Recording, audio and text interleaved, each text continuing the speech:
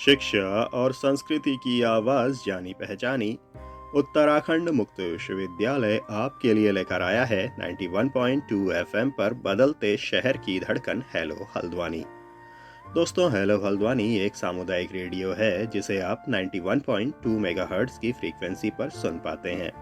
इस रेडियो पर हम समुदाय और समाज के लिए कई तरह की जानकारी, कई तरह की सूचनाएं अलग अलग कार्यक्रमों के माध्यम से लेकर आते हैं। तो वहीं उत्तराखंड मुक्त विश्वविद्यालय से जुड़े हुए विद्यार्थियों के लिए भी हम कई तरह की जानकारियां और सूचनाएं इस रेडियो पर लेकर आते हैं। आज हमारे स्टूडियो में मौजूद हैं उत्तराखंड मुक्त विश्वविद्यालय के अंग्रेजी विभाग से डॉक्टर नागेंद्र गंगोला, और इनकी जानकारी का जो विषय है वो है द कैंटरबरी टेल्स। इस जानकारी का पहला हिस्सा हम आपके लिए लेकर आए थे और आज पेश है इस जानकारी का दूसरा हिस्सा। हेलो गाइज, नमस्कार। और मैं फिर से आपका स्वागत करता हूँ। और आपको मैंने बताया था कि कुछ कैरेक्टर्स की बातें हो रही थी कैंटरबरी टेल्स की, तो इस बार उसी कैरेक्टर्स वाले पोर्शन को हम आगे बढ़ाते हैं और जो भी चीज़ें हैं और कैरेक्टर्स की जो पिक्यूलियरिटीज़ हैं उनको हम आगे बढ़ाते हैं, जिनमें से क्वेश्चन आते हैं। All questions are very important, you have to keep in your mind. Alright, हमने जो लास्ट किया था वो हमने मर्चेंट तक किया था और आगे जो मैं आज आपके सामने ला रहा हूँ वो क्लर्क है।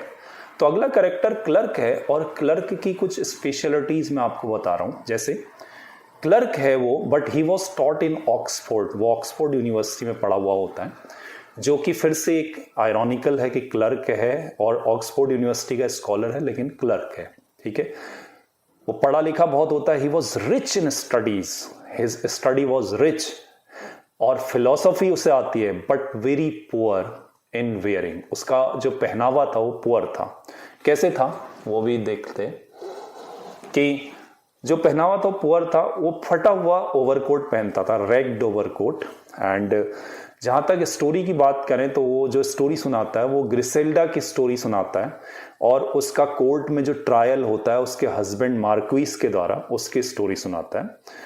और फिर हम आते हैं फ्रैंकलिन नाम के कैरेक्टर पे। फ्रैंकलिन जो कैरेक्टर है उसकी दाढ़ी के लिए फिर से एक एक्सप्रेशन यूज हुआ है कि इस beard was as white as daisy. तो डेजी की तरह वाइट उसकी दाढ़ी थी। और वो जो कहानी सुनाता उसका नाम होता है टेल ऑफ डॉरिजन, DORIGEN। फिजिशियन में से बहुत क्वेश्चन आए हैं, इसलिए आपको स्पेशली बता रहा हूं कि फिजिशियन को मोस्ट इंपॉर्टेंट नोटिस कर लें। फिजिशियन की सबसे बड़ी बात थी कि वो अपने पेशेंट को ट्रीट करता था not by the knowledge of medicine but by the knowledge of astrology. वो एस्ट्रोलॉजी के हिसाब से उनका ट्रीटमेंट करता था। वो फिजिशियन था लेकिन एस्ट्रोलॉजी को यूज करता था ट्रीटमेंट में। और इसमें से एक और क्वेश्चन ये आया है कि फिजिशियन एक बहुत ही रिच मैन था, अमीर आदमी था, और वो थिन सिल्क को पहनता था, सिल्क के कपड़े पहनता था जो काफी कीमती होते थे, एक्सपेंसिव ड्रेसेस। एंड दूसरी, उसको बहुत प्यार था गोल्ड से, सोने से। ही लव्ड गोल्ड, तो सोना इकट्ठा करता था, सिल्क के कपड़े पहनता था, पूरे स्टाइल में रहता था और एस्ट्रोलॉजी से इलाज करता था। और वो जो कहानी सुनाता है उसमें से हमेशा एक क्वेश्चन आया है, वो कहानी है टेल ऑफ वर्जीनिया। और इसमें वर्जीनिया जो है उसके फादर उसका मर्डर कर देते हैं। तो ये क्वेश्चन हमेशा आया है, कौन सी ऐसी कहानी है जिसमें एक फादर अपनी बेटी का मर्डर करता है। टेल ऑफ वर्जीनिया है वो, और फिजिशियन सुनाता है। और वो भी ऐसे नहीं कोई कि फादर चाहता है, बल्कि अपनी डॉटर की रिक्वेस्ट पे करता है, क्योंकि it was a matter of honour. तो कुछ ये जब कहानी पढ़ेंगे तो ये आपको पता चलेगा। तो इतने पॉइंट्स आपके काफी हैं। आप ये पॉइंट नोट कीजिएगा कि वो फादर वर्जीनिया को उसके कहने पे मार देते हैं, मर्डर। अगला जो इंटरेस्टिंग कैरेक्टर है वो है द वाइफ ऑफ बाथ। इसमें से बहुत क्वेश्चन आए हुए हैं हमेशा।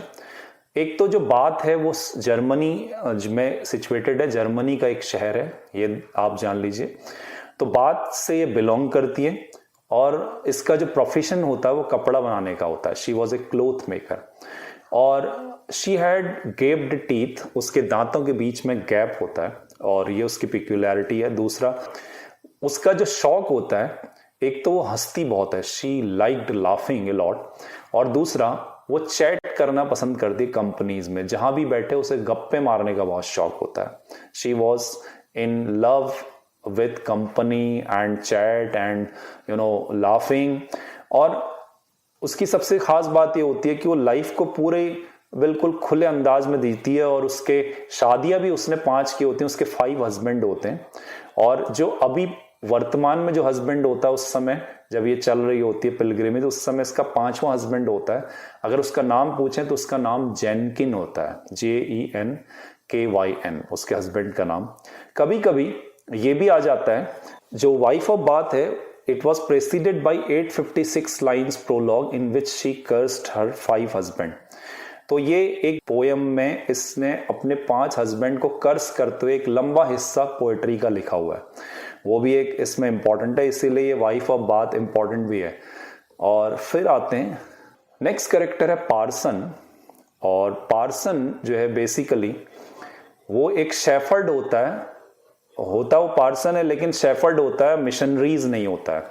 तो ये एक अलग ही बात है, एक विरोधाभास भी है इसमें कि वो पार्सन है लेकिन वो मिशनरी नहीं है और वो शेफर्ड है। दूसरा, वो भी एक प्रोवर्ब यूज करता है, ये भी पूछी गई है, और वो प्रोवर्ब बहुत अच्छी है, वो एक्सप्रेशन बहुत अच्छा है, that if gold rust what shell iron do.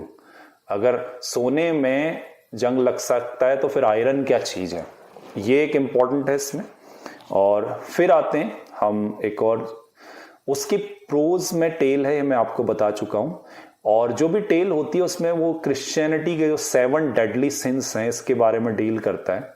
और वो 7 डेडली सिंस जो हैं क्रिश्चियनिटी में माने जाते हैं, जैसे लस्ट, एंगर, ग्रीड, इस तरीके से मैंने पहले भी बताए हैं, डिस्कस किए हैं। फिर एक कैरेक्टर है मिलर। फिर से एक दाढ़ी में क्वेश्चन है कि उसकी दाढ़ी रेड होती है।